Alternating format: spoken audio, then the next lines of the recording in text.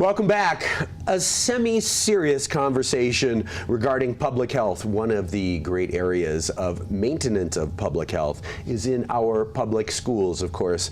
Kids tend to pick up bugs, etc., a little bit easier than our grown-up systems do, so we need to be mindful of the fact that if your kid is sick, you might make a lot of other kids sick by sending him or her to school, but I'm going to turn all of this advices over to the expert. She is the supervisor of nurses in the Park City School District. This is Suzanne Tanner. Good morning. How are you? Good morning. I'm good. Thanks for having me. Absolutely.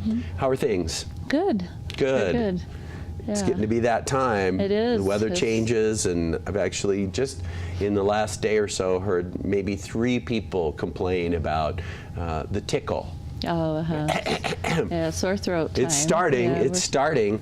You have a big job to address the fact that you can't control the decisions that people make in terms of sending their kids to school, or more importantly, not. Talk about your experience and how you're looking at things for this fall and as we transition into maybe a little less healthy season. Yeah. Well, it's really important that we prevent the spread of illness in the school setting.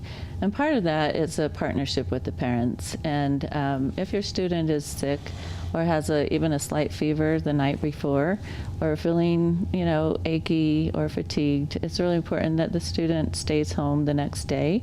We recommend that, they stay home 24 hours after having a fever without any fever-reducing medications.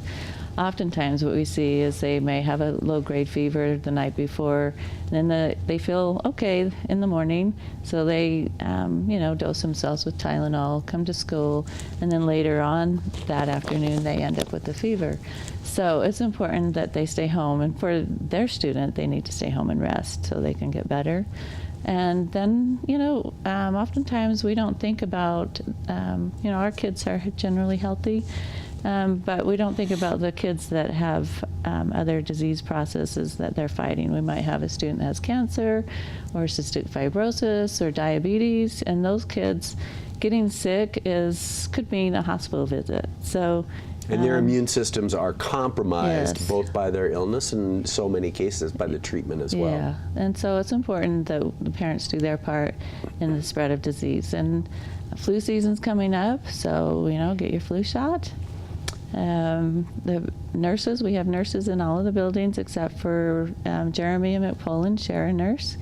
And so we're unique in the state of Utah. Thankfully, our board thought it was important to get nurses in our buildings. So most schools or nurses, they cover 7 schools, sometimes 9 schools. Wow, that's crazy. And it is crazy. I mean, it's just on its face obvious to know, and really, and not to criticize any other school district because everybody is working with severe budgetary constraints, but how can one healthcare provider worker cover that amount of students and that amount of geographic distance and all of that? We're really fortunate that that's not the case for us. We are fortunate to have nurses in the building. And next month we'll be teaching the students how to do hand washing and cover their cough, and so we do some disease prevention that way. And that's one of the fun things about being a school nurse, is doing the prevention part and the education. We also are able to do fluoride treatments in the school. We do a fluoride swish program. We do need volunteers. We ask for volunteers for that program. And then and is that a program for all students? It's a program for 1st grade to 5th grade. And we do it once a week. The kids go out in the hall, swish with the fluoride. It takes about 2 minutes once a week. And the school nurse helps do that, but we also need volunteers for that program. And of course, we have to buy the fluoride, so we ask for donations. So anybody that wants to donate, we're happy to take your money. To receive those important funds. Yeah, yeah. The It's school important. nurse is happy to take your money. Yes.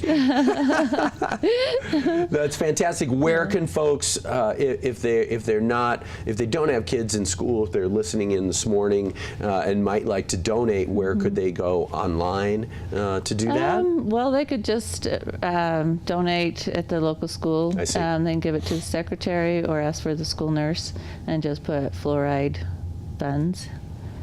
Suzanne will take your money. Yes. She will. They can come to the high school too. I'm at the high school. So. Fantastic. Yeah. And where should folks go online for more of the information about the Park City School District health programs that we've discussed this morning? The district website, www.pcschools.org. Okay. Is it .org or .us? I don't know. But on the website, I know we're live.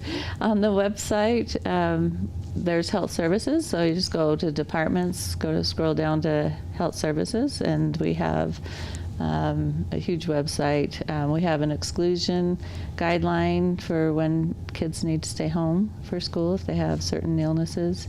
For disease outbreaks, we work with the health department for those exclusions. It's important stuff. You always need to continue the education process, not only with kids, but with parents as well. Yeah, so all the exclusion guidelines are on the website, so if parents have a question there, they can look on the website, they can call secretary, call the school nurse. So. Thank you for all you do for the kids and for the parents. It's nice to see you, and thank you for coming and sharing with us here at Park City Television. We appreciate it. Thanks for having me. Have a great day. Have a great weekend. Thanks.